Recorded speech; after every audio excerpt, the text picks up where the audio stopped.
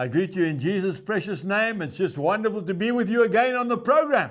If you will turn to the book of Hebrews and chapter 12, I'm going to read a couple of verses, starting with verse 14. Pursue peace with all men and holiness, without which no one will see the Lord. Looking carefully, lest anyone fall short of the grace of God. What's the grace of God? Undeserved loving kindness, unmerited favor. That's what grace is.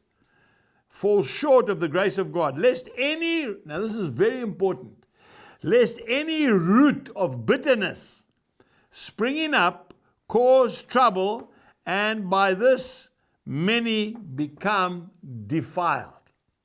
That horrible root of bitterness. And you know, there's none of us that are immune to that. Because we've been hurt, many of us. We've been hurt, we've been let down, we've been disappointed. And it's always by people that we love the most. Isn't it? That's right. It's not somebody out there. They can't hurt you because you don't have a relationship with them. It's someone very close, maybe even a member of your family, that have hurt you, disappointed you, dropped the ball. I'm talking to a mother and father. Maybe your child has become a drug addict, an alcoholic. Maybe they are in jail for theft. I don't know what it is. And you are really bitter because they've upset you. They've made you the laughing stock of the community. They've trashed your name, whatever it might be. Don't allow a root of bitterness to grow within you because it poisons you. And you know what bitterness does? Bitterness almost makes a seedbed for sickness to grow. It really does. Just like they say that that laughter is like medicine.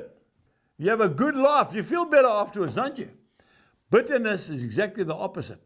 When you start to really have this attitude of bitterness and unforgiveness and turns to hatred, you'll find that somebody gets sick. I remember many, many years ago as a new preacher, I was preaching in a little church in Greytown, a very quaint church, and they've got an altar rail where you would come forward, you would kneel at the altar rail, and then the minister would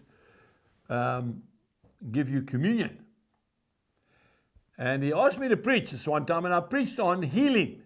And then I made a call for people to come forward who wanted to be prayed for physical healing, or mental, or spiritual. And we had a large amount of people coming to the front. And one old lady, I'll never forget, she was at the end, and she was kneeling on that cushion. And I walked up there and I said to her, "Auntie, what would you like me to pray for?" She said, "Angus, I am struggling with migraine headaches. They're really getting to me." And now I was a new Christian. I mean, I hadn't been serving the Lord all that long. And I was so excited for her, and I wanted to see God heal her. I said to her, I feel the Holy Spirit is saying to me that you have got an issue of bitterness towards somebody. And she was very angry with me. I came here for prayer, for migraine headaches, not about this. I said, I'm just being obedient to the Holy Spirit. If I'm wrong, then please forgive me. But I really feel that if you forgive that person that has done that thing to you, and that root of bitterness gets pulled out of your heart, you'll be healed. And with that, she started crying, really crying. And then she said, "Okay, I'm ready." And she repented. I can't remember who it was. It was a close family member. And off she went. You know, she came back the next week. She said, "I have not had one headache. First time in years since last week." Bitterness, not in every case, folks. Please let me make that clear. But in a lot of cases, physical sickness through unforgiveness and bitterness. Get rid of it, confess it, and move on with your life. Goodbye.